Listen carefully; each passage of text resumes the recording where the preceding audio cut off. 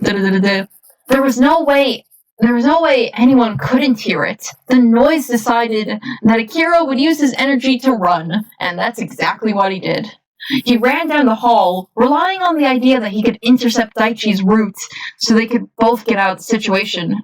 He didn't look behind him, even when he heard the floor screech when the monkey's boots scraped against it.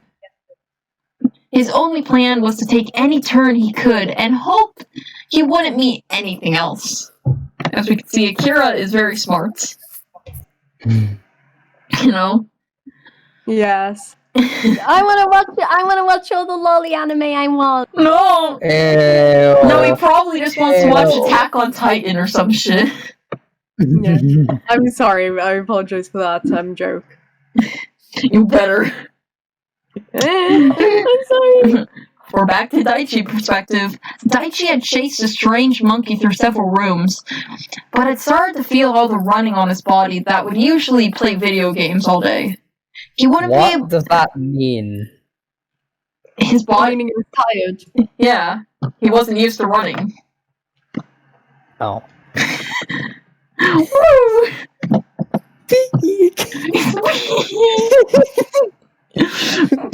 The only reason he was able to keep up and make the right turns and go through the right doors was because his sensitive hearing allowed him to hear where the footsteps were coming from. The sudden turns through doors were the worst. He would have to stop quickly to allow himself to turn, which is why he eternally groaned when he saw the monkey make yet another turn on the long hallway he had just entered. He began to jog to preserve as much energy as he could. It was at that moment he knew something had gone wrong. He just didn't know how it happened. The emergency siren was blaring. There wasn't a single room he could go to escape it. He felt ringing in his ears and lifted his free hand to cover one of them, before beginning to run to the next room. A loud crashing sound came from the room he was aiming for, but Daichi didn't care. He just wanted to try and get everything over and done with. Yeah, were you ever in school when the fire alarm gets set off? That's basically what I imagine the alarm being like. Yeah, so as you can imagine, it's not a very pleasant time. The door opened, and Daichi realized where the noise had come from. The room was covered in computers lining most of the walls, which one wall dedicated to monitors. The wires that connected each computer to their respective screen were sprawled on the ground. Obviously, a computer's lover's worst nightmare. It was clear that in his rush to escape, the monkey's feet became trapped amongst the wires and dragged both himself and some of the computers down to the ground. The monkey was groaning in pain. Do not take that out of context. And clearly trying to push himself up while not realizing one of his legs were under the computers. Lordy lord.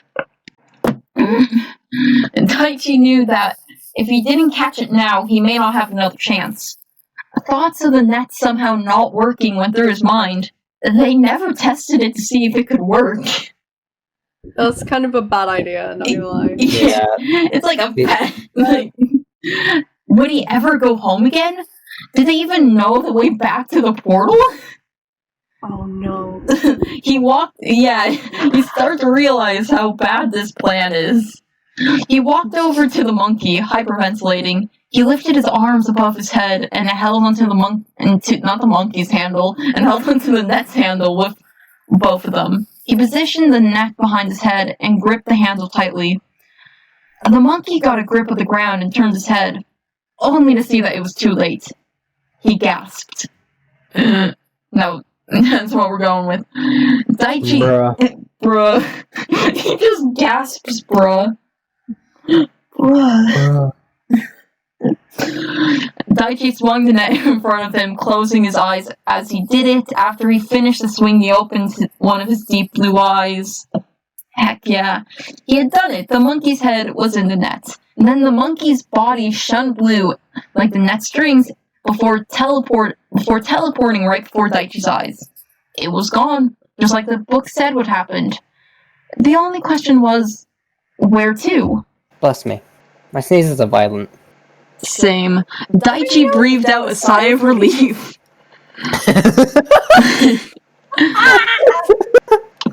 Avery doing the monkey laugh.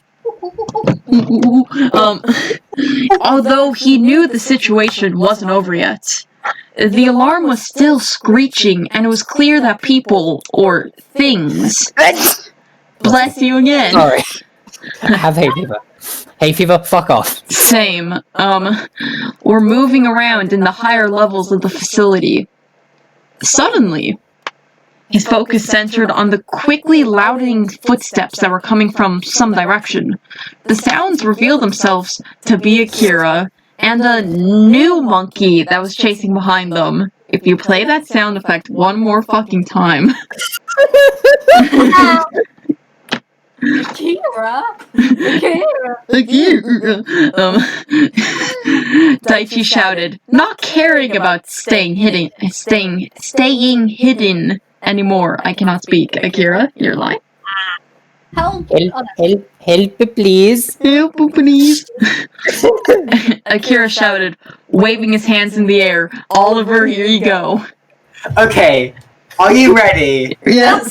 Are you ready? Wait, what's my line? Sorry, I just want to Get back here, you Just want to make sure that I get. Okay, right, I feel fine. Right, are you ready to hear this? Yes. This amazing voice acting. That amazing. You can fill in the last word if you want.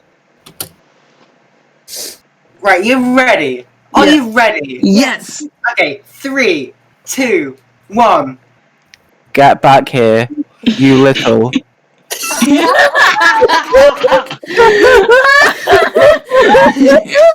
How did I know?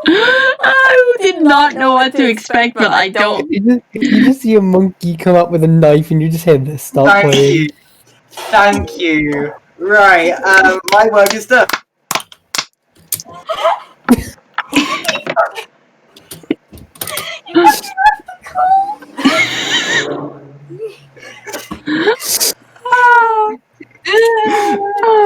Oh my god, that was beautiful. I can't fucking breathe.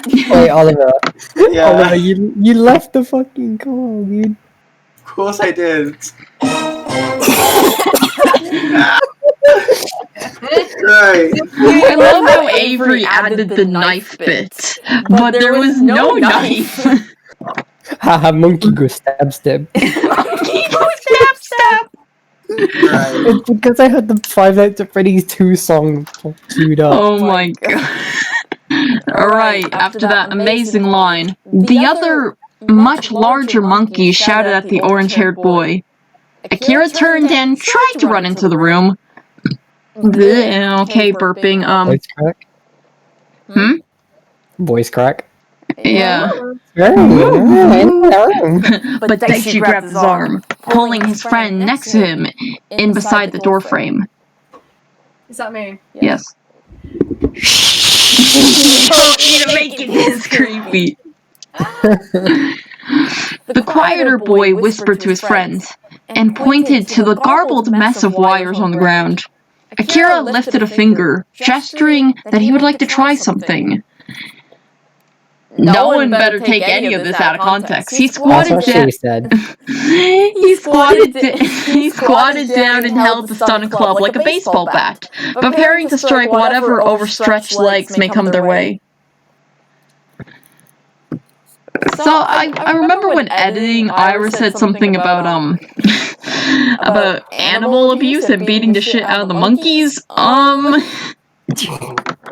As suspected, the skyscraper-like monkey ran into the room at an alarming speed.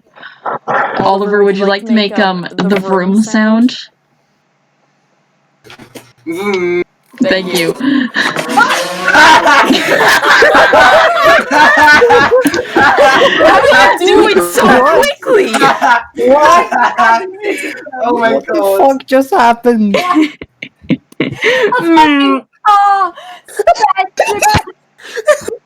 I must say, Ira, that was a great impression. That was I know. tiring. Ira, what was that That's saying noise? it. A fucking real car. Anyway, as the vroom sound began, Akira began to swing the club. It made direct contact with the monkey's right shin, sending light electrical shocks through its body. This was enough to send the monkey falling. To pour salt into the wound, the monkey's foot became entangled in the jungle of wires beneath him. Even if he had dodged Sun Club, he still would have fallen. The monkey fell. Meaningless. Bruh. Vroom. I'll like wires. The monkey fell straight onto his chin, unable to move himself up. Oh, is Akira? this me again? Yep. Hurry, I'll go to the door over there. Akira screamed, running to a rather hidden door in the corner of the room, avoiding the wire death trap below. Daichi threw the net over his head again, trapping the tall monkey's head inside and transporting it away like the stranger one before.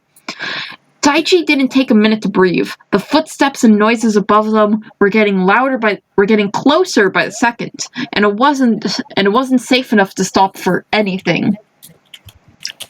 Daichi carefully, but quickly, stepped around the giant clumps of wire to get to Akira, who was waiting on the other side of the door.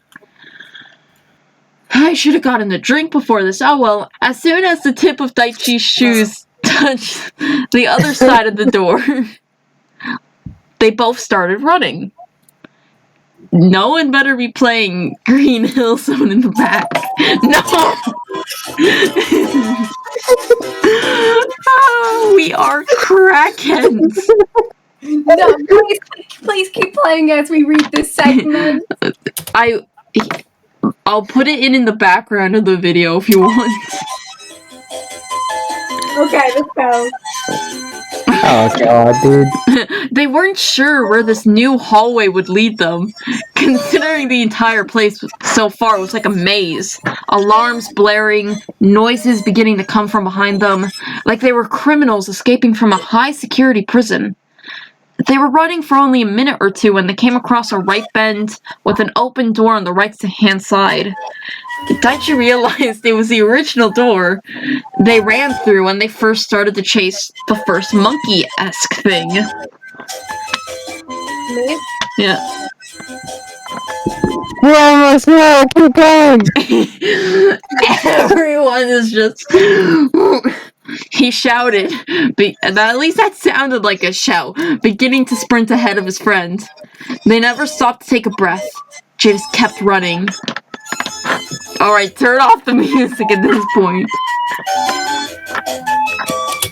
Okay, just because I could not hear, like, I could hear a bit. A bit. A bit. They turned the bend. The portal was still there, as white as ever. That's not a good line. Yes, let's go! This is a fucking Call of Duty voice chat. Akira shouted, but was unable to sprint ahead of his friend. You guys are freaking freaks, I'm about to get my chicken nuggets. Daichi didn't need to be forced to jump through the portal this time. He ran up to it first, bent his legs, and jumped like he saw Olympians do on TV, body first through the portal. Not this year, there's no Olympics. Akira dove in like a swimmer, head first, not thinking about how that went the first time. Tensions remained high during the few seconds of teleportation. They barely stopped their fast breathing just in case they would have to run again. They never looked behind them. Not good. It's not good. Yes, that's being included. A crash rang out throughout the lab. The two boys had been flung from the transporter, and fell down the 2 steps leading to it. Akira had, once again, smashed his face into the ground, while Daichi was able to land on his feet on impact and tumble down, avoiding any big injuries. But the mission wasn't done yet. I'm smiling because I don't know when somebody's just gonna play a fucking meme. Daichi almost immediately jumped to his feet and ran to the computer. He shook the mouse to discover that the computer was still on and logged in. He opened the tab that had previously allowed them to activate the transporter by inputting coordinates and pressing the enter key to activate. The box saying activate now said deactivate. Whoa. He didn't even need to blink after seeing that. He just immediately pressed the enter key. The humming from the machine immediately ceased, along with the lines of electricity that traveled between antennae. The wind-up key slowly came to a stop. The portal's sides began to close in and make itself smaller, until there was nothing to see by the human eye. Seconds, then minutes passed. I don't know what type of narrator I'm becoming, but... Silence. Apart from Daichi's heaving? Heaving. Daichi's I can't, because I wrote this like a month ago. From Daichi's heaving gasps and Akira's annoyed grunts. Akira pushed his upper body up with his two hands and ran one of his hands through his hair, shaking it. He stood up after that and stretched his back with his arms up over his head. He looked around. Everything was the same. Everything was the same as how they left it. Now, with the addition of the open stun club he dropped on arrival, and the open monkey net that Daichi left on the ground. He looked over to his friend, clinging to the device which held the keyboard and several various buttons for balance. Oh, well, that was something. Heh.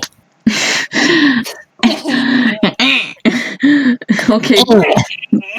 Akira Bowser Jr. confirmed. Akira said, a poorly drawn smile on his face.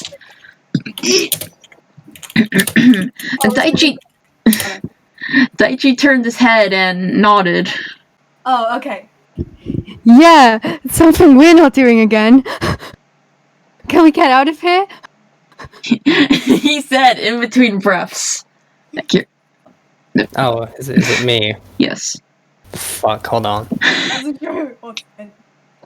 Yeah, sure, I'm one out anyway. Let's just keep this between us. That's what she said. Akira replied. I rose to you. Oh, sorry. Quickly. It's okay. It's okay. For sure. Daichi sighed loudly. The brown-haired boy with a single blonde streak began to walk to the door that shut behind them all that time ago. Akira was about to walk after him immediately, but opted to go and pick up the stun club, closed it, and did the same for the net. He took a few long steps to catch up to his friend quicker. Oh no, I just see a little red circle. Something throwing a amulet. That's true. It is. In the video. This is being put in the video. Yes! The Spanish Inquisition, a JoJo meme, and Hackerman are all gonna be in the video, so... Fuck's sake, no! Oh yeah, hold these for a second. Akira said, handing the gadgets in Daichi's direction. Why are you taking them? Daichi had an expression of genuine worry plastered on his face. Genuinely worry. Yeah. Genuinely worry, yes. Oh god, it's that word, no! Ah. I want to show them to Dawn tomorrow's school, and who knows when we'll need them again. Akira smugly presented. You mean never? Whatever, fine. Daichi sighed, taking the two now indistinguishable rods from his shorter-haired friend. I mean, it's correct, so whatever. As they walked back into the main hall on the ground floor, Akira dug through his puffed coat pocket and revealed the keycard that started this whole situation. Please do not play Life Has Changed again. I swear to God. I won't. Okay, he swiped it through the reader next to the keypad once again, closing the door instantly. A red light was shown on the box now, indicating it was now locked. A light neither of the two boys had ever thought too much about in the past, if they even noticed it was there. Oh, jeez Louise. Akita threw the card on the ground and kicked it under a staircase. Why did you do that? Daichi inquired, as it was a seemingly random action. I know I'd want to go back in there again, and you won't catch me going anywhere near those stairs. Akira said, throwing his two arms over his head and resting his hands on top of each other on the back of his head. Yeah, that makes sense. yeah, I know what you mean. Yeah, Akira kicked off his shoes and pushed them towards the front door. Can you drop them off in my bag when we get there? Yeah, No. no. That's not where we are. Ah! It's okay. Your line is, okay, sure. Okay. Yeah. Okay, sure. I'll do the line. Bruh! Okay, sure. Can you at least take these back now? Daichi replied with a judging look on his face, also slipping off his shoes. The two began to walk upstairs, Akira in front and Daichi in the back. Can you drop them on my bag when we get there? Then I can sort them out later, if it's really bugging you that much. Akira puffed out. No, it's fine. I'll do it. Daichi submitted. The worst time that he submitted. Yeah, Daichi submitted as he wasn't feeling up to arguing after the night they just had. The rain was still pouring heavy on the city they were in. You gotta... Where was I again? When they got to the room, Akira jumped onto his bed and turned to the side, clearly checking his phone. Daichi dropped the rods on top of his friend's expensive brand-name school bag and walked over to his side of the room.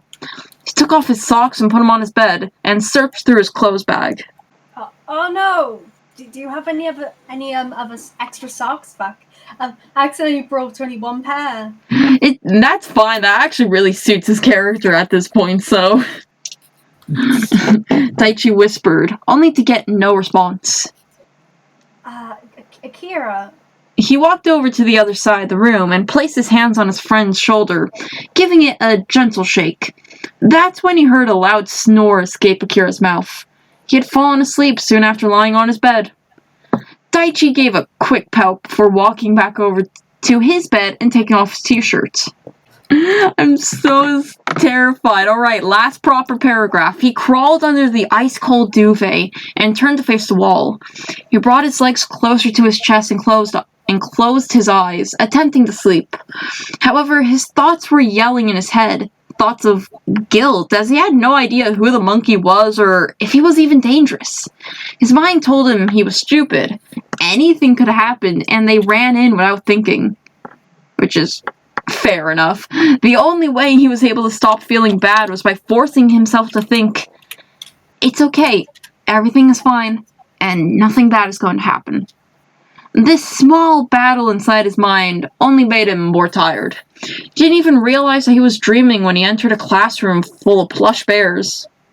The two young boys were fast asleep, but they had no idea what they had awoken.